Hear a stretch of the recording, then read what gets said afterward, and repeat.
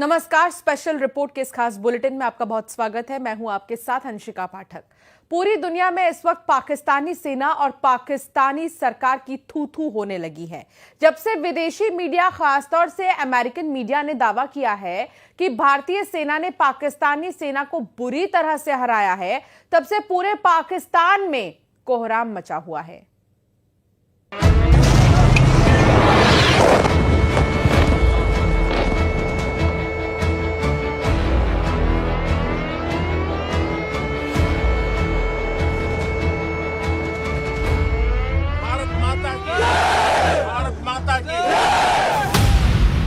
रौंद डाला पाकिस्तान, अमेरिकी एक्सपर्ट की गवाही। 7 से 10 मई के बीच पाकिस्तानी आतंकियों और उनको बचाने में जुटी पाकिस्तानी सेना पर जिस तरह से भारतीय सेना ने हमला किया है, उसने पूरी दुनिया को हैरान कर दिया है। अमेरिका के पूर्व पेंटागन अधिकारी और अमेरिकी एंटरप्राइज इंस्टीट्यूट के वरिष्ठ फेलो माइकल रूबिन ने ऑपरेशन सिंदूर को भारतीय सेना का बेहद शानदार ऑपरेशन बताया है। हैरानी की बात तो यह है कि पाकिस्तान पर भारत की प्रचंड जीत की ये खबरें अमेरिका के अखबार न्यूयॉर्क टाइम्स और वॉशिंगटन पोस्ट में छापी गई हैं, जिसके बाद से पाकिस्तानी सरकार और पाकिस्तानी सेना दोनों की बोलती बंद हो गई है। भारत शुरू से ही कह रहा है कि उसने पाकिस्तान के 11 एयरबेस को उड़ा दिया है। कुछ खबरों में तो यहां तक दावा किया गया है कि पाकिस्तान के कम से कम 8 लड़ाकू विमान भारतीय वायुसेना के हमलों में तबाह हुए हैं। लेकिन उसके बावजूद भिखारी नंबर 1 बन चुका पाकिस्तान पाकिस्तानियों को यही समझाने और दिखाने में जुटा है कि पाकिस्तान 4 दिन की जंग में जीत गया है, जबकि पूरी दुनिया में पाकिस्तानी सेना की बुरी तरह से भद्द पिट चुकी है। अमेरिका के पूर्व पेंटागन अधिकारी माइकल रूबिन ने तो साफ कह दिया है कि पाकिस्तानी सेना भारतीय सेना के सामने टिक ही नहीं पाई। पाकिस्तानी सेना दुम दबाकर एक कुत्ते की तरह जंग के मैदान से भाग गई। हम आपको दिखाने जा रहे हैं कि 4 दिन में पाकिस्तानी वायुसेना की कब्र कैसे बनी है और ऑपरेशन सिंदूर का अगला टारगेट क्या है। अमेरिकी मीडिया का दावा, बुरी तरह से हारा पाकिस्तान।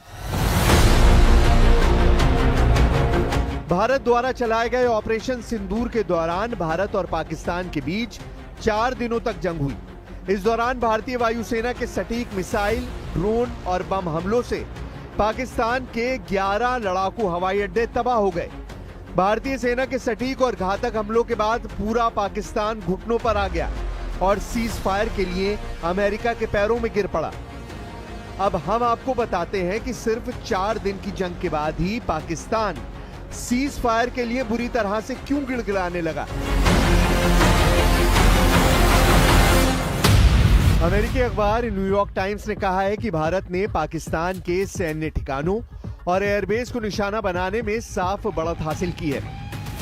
भारतीय सेना के अलावा अमेरिका के टॉप मीडिया संस्थान भी पाकिस्तानी सेना की तबाही की पोल खोल रहे हैं।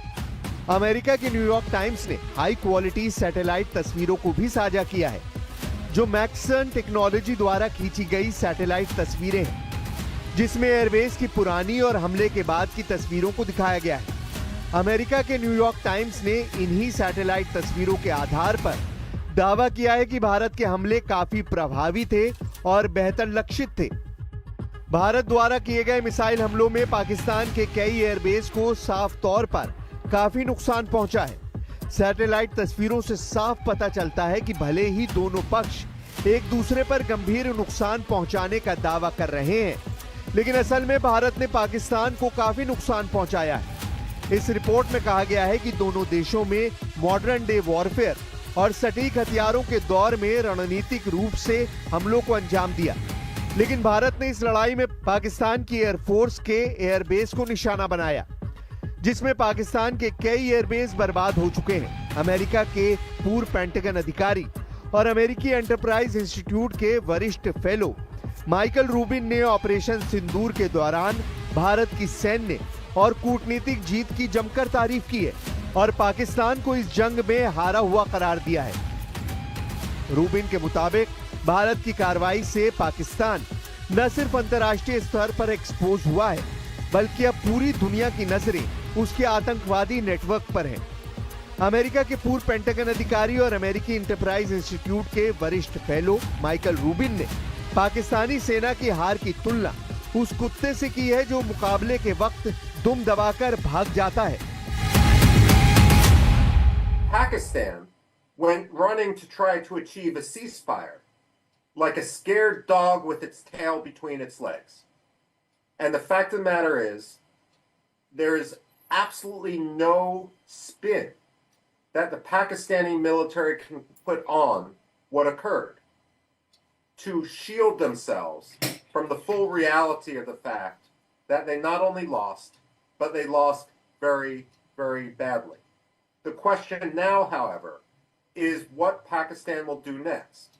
Clearly, there is a problem within the Pakistani military, both because it's a cancer on Pakistani society and because, as a military, it's incompetent. And so, is Asim Munir going to keep his job?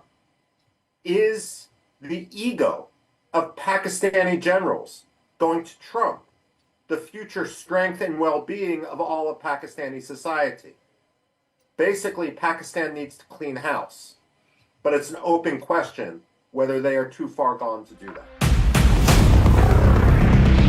अमेरिकी media की report में कहा गया है कि भारत को पाकिस्तान के सैन्य ठिकानों और हवाई क्षेत्रों को निशाना बनाने में स्पष्ट बढ़त मिली है, क्योंकि लड़ाई का दूसरा चरण एक दूसरे की डिफेंस क्षमताओं पर हमलों में बदल गया। भारत के रक्षा अधिकारियों ने कहा कि उन्होंने पाकिस्तान के बंदरगाह शहर कराची से 100 मील से भी कम दूरी पर स्थित बोलारी एयरबेस पर एक विमान हैंगर पर सटीक हमला किया है, जिससे वो पूरी तरह से तबाह हो गया। अमेरिका के जाने माने वॉशिंगटन पोस्ट ने यह खबर छापी है और दावा किया है 1971 के बाद पाकिस्तान पर सबसे बड़ा हवाई हमला।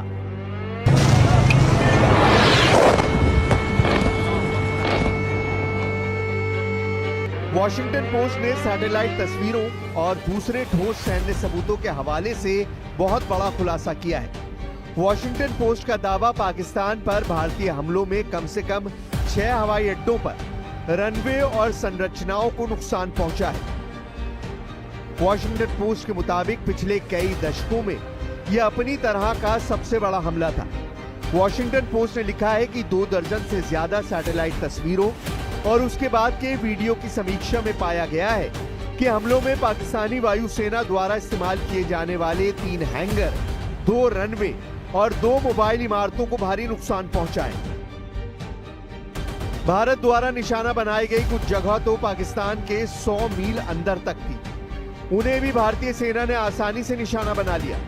वॉशिंगटन पोस्ट ने किंग्स कॉलेज लंदन के इंटरनेशनल रिलेशन के सीनियर प्रोफेसर और दक्षिण एशियाई सुरक्षा मुद्दों के विशेषज्ञ वॉल्टर लैडविक के हवाले से लिखा है कि साल 1971 के बाद भारत ने पाकिस्तान के सैन्य बुनियादी ढांचे पर सबसे खतरनाक हवाई हमले किए हैं। वहीं विलियम गुडहिंड, जो कॉन्टेस्टेड ग्राउंड के एक भूस्थानिक विश्लेषक हैं और जो सैटेलाइट तस्वीरों की एनालिसिस करने के एक्सपर्ट हैं, उन्होंने कहा कि भारत ने पाकिस्तान के हाई वैल्यू टारगेट पर पिन पॉइंट हमले किए, जिसका मकसद पाकिस्तान की आक्रामक और डिफेंसिव एयरफोर्स क्षमता को गंभीर रूप से कम करना था। वॉशिंगटन पोस्ट ने लिखा है कि भारत ने पाकिस्तान में 11 ठिकानों पर सटीक हमला करने के दावे किए हैं और इसमें वो स्थान शामिल हैं जहां वॉशिंगटन पोस्ट ने नुकसान की पुष्टि की है, जिसमें भारत ने दावा किया कि उनका हमला मापा हुआ और कैलिब्रेटेड था। रिपोर्ट के मुताबिक तस्वीरों में हैंगर जैसी दिखने वाली चीज को साफ नुकसान दिखाई दे रहा है। इसके अलावा नूर खान एयरबेस शायद सबसे संवेदनशील सैन्य लक्ष्य था जिस पर भारत ने हमला किया। नूर खान एयरबेस पाकिस्तानी सेना के मुख्यालय और देश के प्रधानमंत्री के कार्यालय से लगभग 15 मील की दूरी पर है और पाकिस्तान के परमाणु शस्त्रागार की देखरेख और सुरक्षा करने वाली यूनिट से भी ये थोड़ी ही दूरी पर स्थित है।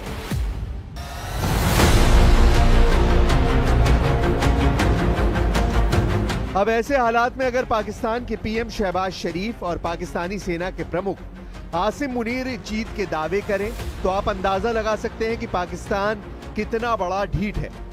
जो पिटने के बाद भी जीत के दावे कर रहा है। कुल मिलाकर भारत ने ऑपरेशन सिंदूर से पाकिस्तानी सेना को उसकी औकात दिखा दी है। भारत ने पाकिस्तान की हैसियत बांग्लादेश जैसे देशों के बराबर कर दी है, जो भारत के सामने हर जंग में बुरी तरह से हारेंगे।